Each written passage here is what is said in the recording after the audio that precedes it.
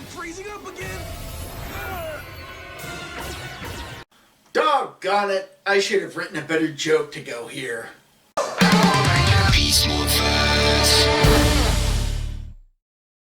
Protect the Morph-X, Power Rangers Beast Morphers. Hello and welcome to Earth Alien ProtoMet. 8 years after regaining the Power Rangers license, Saban Entertainment ended up selling it again in 2018 to Hasbro, which produced 2019 to 2020's Power Rangers Beast Morphers. So how does Hasbro's first attempt at Power Rangers fare? Morph-X, a clean and efficient new energy source drawn from the Morphin Grid, the source of the Power Rangers', powers. In order to protect this revolutionary new energy from falling into the wrong hands, Grid Battle Force, the organization that maintains the flow of Morph-X, has selected candidates to become a new team of Power Rangers.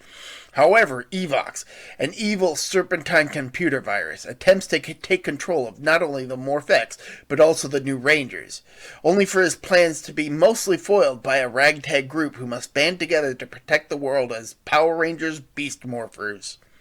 Beast Morphers is adapted from Tokume Sentai Go Busters, a season of the Super Sentai series that was originally skipped over during Saban's second run of the Power Rangers franchise, and is so far the only skipped over season to be adapted.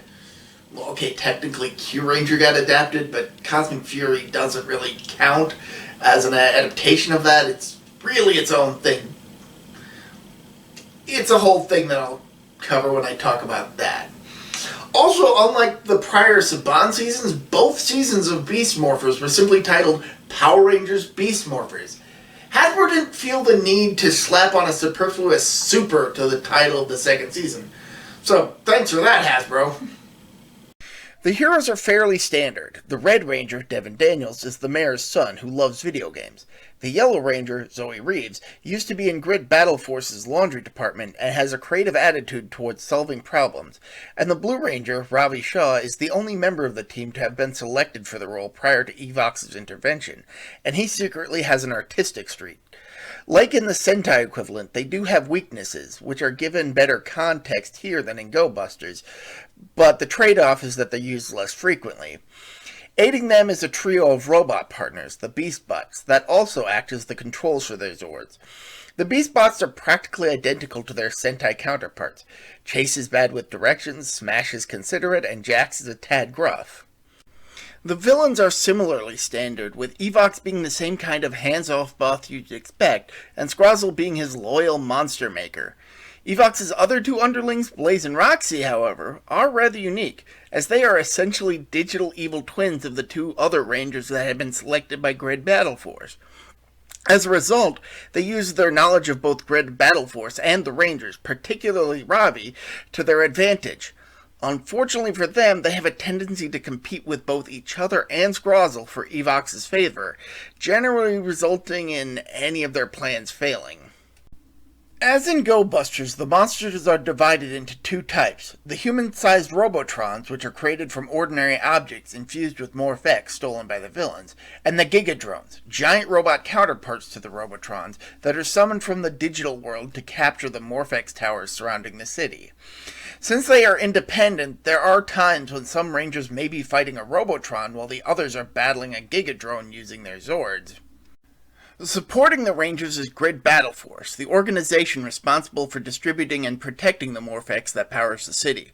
While many members of the organization are little more than background characters or minor regulars, the on-site commander is General Shaw, an incredibly capable leader and Ravi's mother.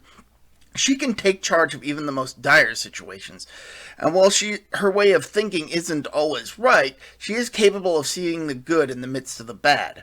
Speaking of parents, Devin's father, Adam Daniels, is the mayor of Coral Harbor, the town the show is set in. While he is initially hesitant to trust the safety of Morph-X due to its connection to the Morphin Grid, he does trust Grid Battle Force, and especially the Rangers, to protect the city, unaware that his own son is among their ranks. And then there's Zoe's mom, Muriel Reeves, a reporter for the local news. She does have some good episodes, but she doesn't get nearly as much screen time as the other Rangers' parents. And then there are siblings Betty and Ben Burke, a pair of comic relief characters who work various jobs at Grid Battle Force. Unlike other comic relief characters, Betty and Ben are fully aware of the Rangers' true identities and do everything they can to help their friends, though this does result in a lot of embarrassing situations for them. Still, they're hardworking and dedicated and can really come through in a pinch, helping much more than harming. Their occasional bumbling probably goes overlooked most of the time due to their father, General Burke, being a bigwig in Grid Battle Force, but they work hard at their job rather than relying on his position. And lastly is Nate Silva, the young wunderkind who's the scientific core of Grid Battle Force. In addition to being the one to figure out how to access the power of the Morphin Grid to create Morph-X, he's also the one responsible for creating the tech used by the Rangers. And as a result of his knowledge, he even creates his own Ranger powers to become the Gold Ranger. The circumstances behind this resulted in the creation of his robotic brother, Steel, an incredibly proud Silver Ranger who is utterly fascinated with everything about life that people tend to take for granted and which he can't fully enjoy because he's a robot. The pair are valuable additions to the Ranger team. And in a bit of a spoilery territory, one thing I love about Beast Morphers is its connection to the legacy of the Power Rangers franchise. While Mary Daniels outright mentions a few past villains in the very first episode, the true links to the past come in the second season, with several episodes bringing back actors and monsters from past shows, as well as a pair of episodes utilizing the second Uchukeiji Gavin from Go Busters, here renamed to Captain Chaku. There are other things that happen during Season 2, but I'll avoid spoilers beyond the guest appearances. But also, the Beast Morphers actually debuted in the Mighty Morphin Power Rangers comic that was being published by Boom Studios at the time. So, nice future plug, I suppose. While I don't think Power Rangers Beast Morphers is anything particularly special, it's still a fantastic show that showed that Hasbro knew how to make a good Power Rangers show right from the word go, and it is well worth a watch. Until next time, I'm ProtoMet. See ya.